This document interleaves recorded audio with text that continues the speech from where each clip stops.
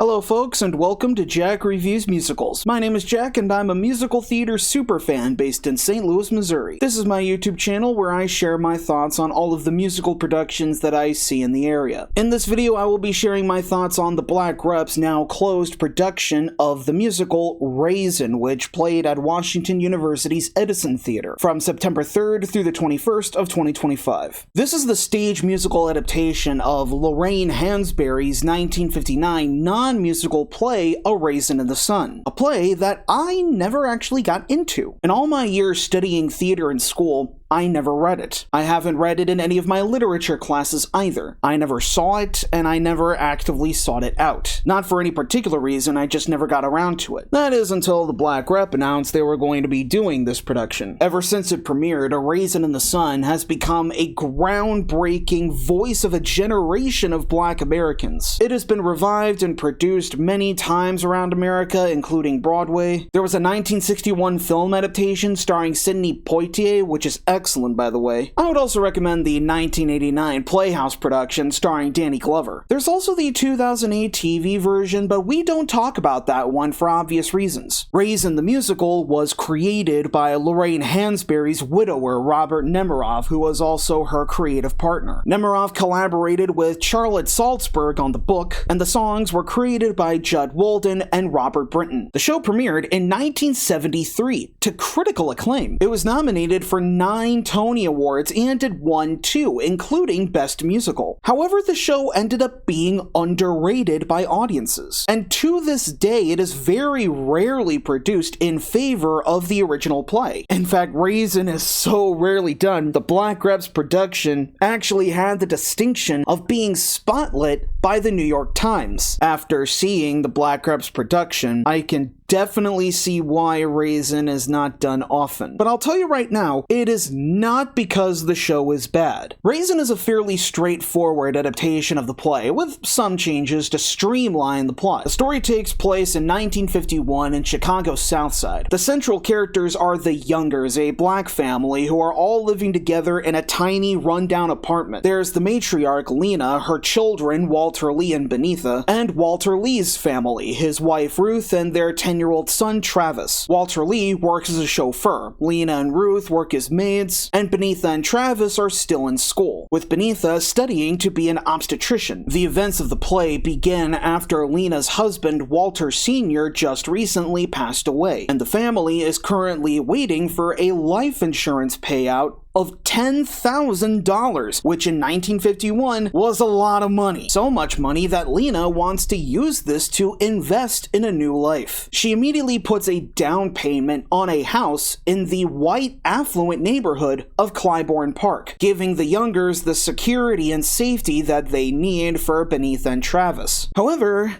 Walter Lee thinks he is entitled to the money since he makes the most money in the family. He thinks that his $10K is pretty much a given right away, so he brokers a deal with a couple of no-good-nicks to open up a liquor store. He confides in his investment to his family only to be met with opposition from Lena. She is offended that her own son is using money made from his father's flesh and blood to invest in a business of sin. So now we have a dramatic tug-of-war at play between Walter Lee, who wants to achieve great things beyond the hand his life has dealt him, and Lena, who wants to live a peaceful, comfortable life that she never got. It's a fascinating social commentary about Black assimilation, especially when you consider the source of the show's title, A Raisin in the Sun. It's a line from Langston Hughes' 1951 poem, Harlem. What happens to a dream deferred? Does it dry up like a raisin in the sun, or fester like a sore and then run? Does it stink like rotten meat, or crust and sugar over like a syrupy sweet? Maybe it just sags like a heavy load. Or does it explode? In Raisin's case, the titular Raisin is Walter Lee, a man whose dreams have been deferred his whole life to the point of exploding, all because it was ingrained into his mind since childhood that he needed to assimilate, which is something that Black Americans have been told constantly back then and still now. This theme is actually made all the more clearer by the presence of Joseph Asagai. He's a Nigerian man who befriends Benitha at university. As a token of their friendship, he presents her gifts of ceremonial African robes and a recording of African drum beats, all in an attempt to help Benitha embrace her blackness. There's a pivotal moment in the show where Benitha switches out an American blues record for the African drums and engages in a ceremonial dance while wearing the robes. Before long, Walter Lee joins her in a state of drunken reverie, climbing onto the kitchen table and dancing with his arms outstretched. He calls out to the spirits of his ancestors, yearning for them to rise again and take back that which was stolen from them by the white man. All as Ruth, who has fully assimilated at this point, looks on in stunned confusion. A very powerful piece of social commentary done in one of the most iconic moments of the American theater. In the original play, it was done rather straight, but in the musical, it's given a more fantastical treatment, because while Benitha and Walter Lee are dancing, 3 African dancers appear on stage to join them, as if they are a shared vision of the remembrance for their ancestors. It gives the scene more of a pulse, more of a magnetism that is very hypnotic, especially combined with Walter Lee's spiritual ravings. Dancing figures rather prominently into Raisin, one of the changes that the show makes to adapt the story for musical theater. There are interpretive dancing vignettes of city life in Chicago, like the prologue, Running to Meet the Man, and Booze, using a lot of jazz and swing vocabulary. Act 2 opens with a gospel church number, He Come Down This Morning, which features a lot of praise shouting. The Act 2 song, Not Anymore, features playful choreography reminiscent of MGM movie musicals at the time. It's very diverse, athletic choreography, which was conceived in the Black Rebs production by Curvin Douthat Boyd. All of his dancers were energized and delivered his choreography with urgency. The principal dancers were Jarrell Lawyer Jefferson, Demetrius Malik Lee, and Aaliyah Weston. In addition, the production ensemble members were Adrian Rice, Dwayne Moss III, Tia Renee Williams, and Damari Padilla. Despite the presence of larger-scale production numbers, a lot of the songs in Raisin are very intimate, like they belong in a musical version of a kitchen drama. The songs alternate between being dramatically intense and quite playful, very authentic to the emotions the characters are going through. If there's one gripe that I have with Raisin, is that the score itself is very dated. The orchestrations and melodies are very 1970s musical theater, reminiscent of black-centered shows like Purely and The Wiz, and reminiscent of the introspective shows that were coming out at the time, like Stephen Sondheim's Company. The sound of the score overall was very generic and uninspired. This slow-tempo pop ballad sound did not really captivate me all the way through, and really bored me a few times. And I think that's the reason why Raisin is so forgotten in favor of the play. What saved Raisin for me is the strength of its book, which again adapts the original play in a very straightforward fashion. The Black Rebs production definitely delivered in that regard. It was directed by Ron Himes, the Black Rebs artistic director and executive producer. He has directed A Raisin in the Sun multiple times, both at the Black Reb and actually around the country. And he staged Raisin with the same level of respect and insight and meticulousness that he would if he were staging the play. The pacing of the script is akin to a production of the play, which makes the moments of musicality stand out all the more, really making it its own unique animal from the play. In keeping with the great directing by Ron Himes, the cast at the Black Rep is excellent, starting with Walter Lee and Lena, played by Dwayne Martin Foster and Anita Michelle Jackson. Foster has the monumental task of playing one of the most complex complex characters in the American theater with Walter Lee Younger. He fully embodies the range of emotions this character goes through. The bitterness in his first song, Man Say, the anger in the Act 1 finale, You Done Right, the heartbreak of his liquor store deal falling through and its disastrous consequences, and the resolve that he feels for trying to do the right thing, even if he is misguided. The interactions that Walter Lee shares with the rest of the Youngers were done with a perfect balance of tenderness and callousness from Foster. The standoffs between Lena and Beneatha were intense, and the intimate moments that he has with Ruth and Travis were very sweet. Foster was an exemplary Walter Lee, as is Anita Michelle Jackson as Lena. Jackson also hits the perfect bullseye of being just the right balance of long-suffering and strict, but also nurturing and very kind. A perfect foil to a character like Walter Lee. Jackson's kind,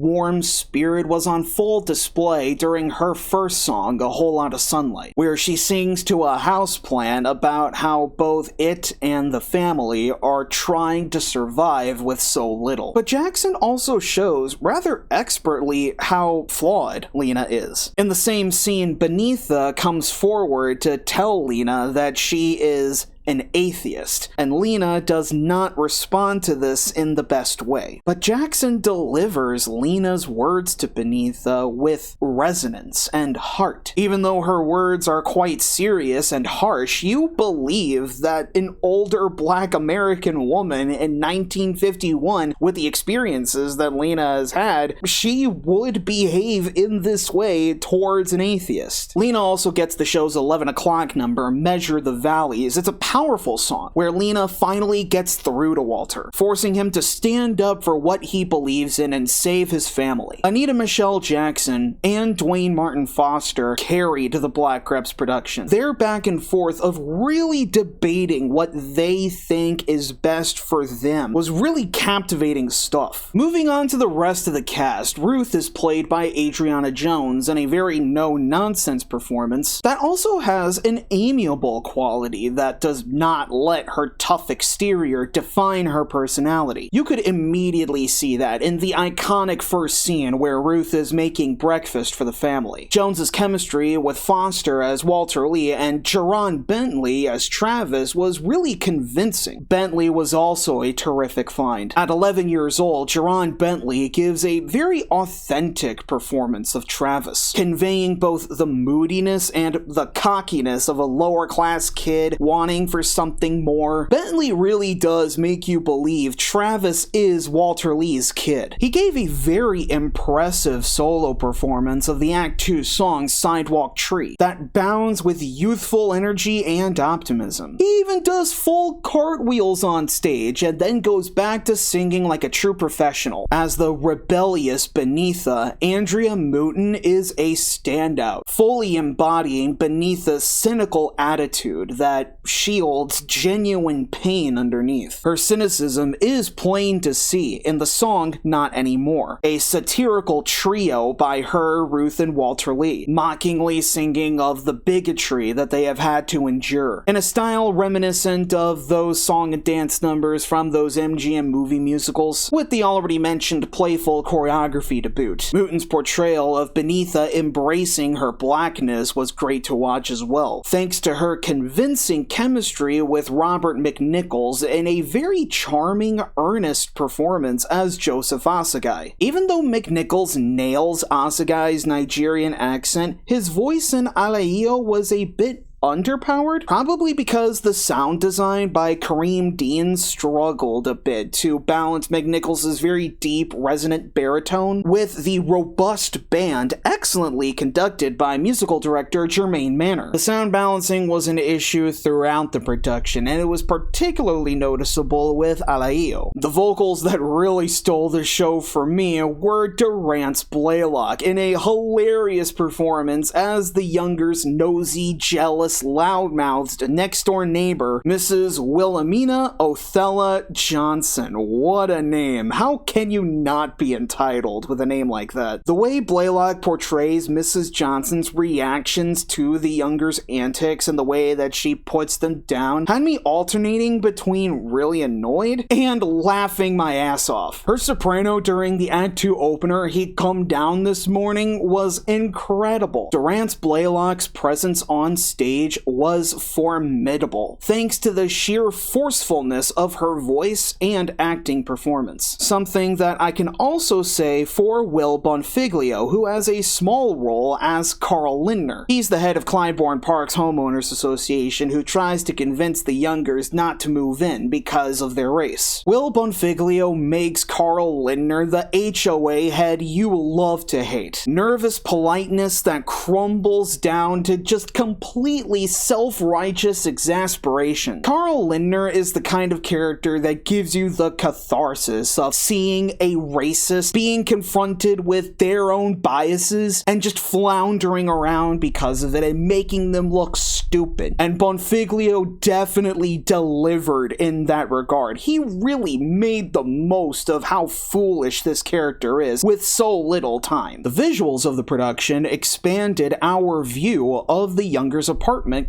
quite a bit. The apartment itself looks great, as designed by set designer Tim Jones. It's appropriately cramped and dilapidated and fully functional with some really cool tricks. The apartment had a working kitchen where Ruth made breakfast in the first scene. All the way up to the end of the song Man Say, the whole theater smelled like fried eggs. In Act 2, while the youngers are packing to move, the shelves collapse, sending dishes tumbling everywhere, without breaking miraculously, all thanks to the work of prop designer Mikhail Lynn. Tim Jones's backdrop of Chicago was effectively rendered, as are the flats that represent the South Side stoops. There's the bar where Walter Lee drowns himself in booze, the church backdrop that flies in at the top of Act 2, all augmented by lights designed by Tony Anselmo, giving the younger apartment an amber glow, the Chicago streets a gray coldness, the church lively stained glass refractions, and the principal dancers a fantastical, dreamy atmosphere. The costumes by Gregory Horton were all great fits that captured each character's personality and attitudes perfectly. From Lena and Mrs. Johnson's floral dresses, Travis and Asagai's sweater vests, the three-piece suits on the male ensemble, and Ruth and Benitha's very forward-thinking wardrobe for women at the time. Overall, I actually enjoyed Raisin quite a bit, though I honestly have to separate my appreciation for this material from my appreciation for the play, which I think is really a masterpiece. After having finally introduced myself to it after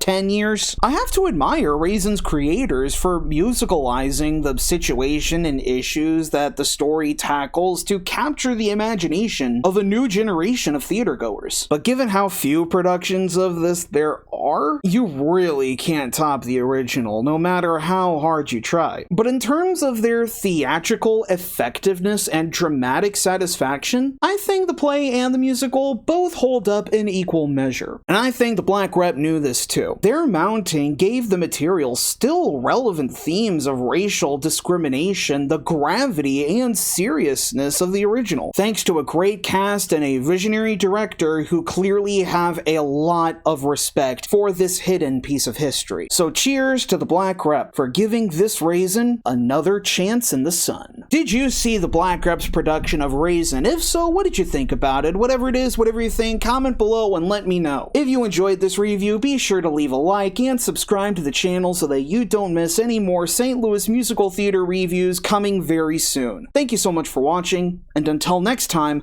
long live the musical!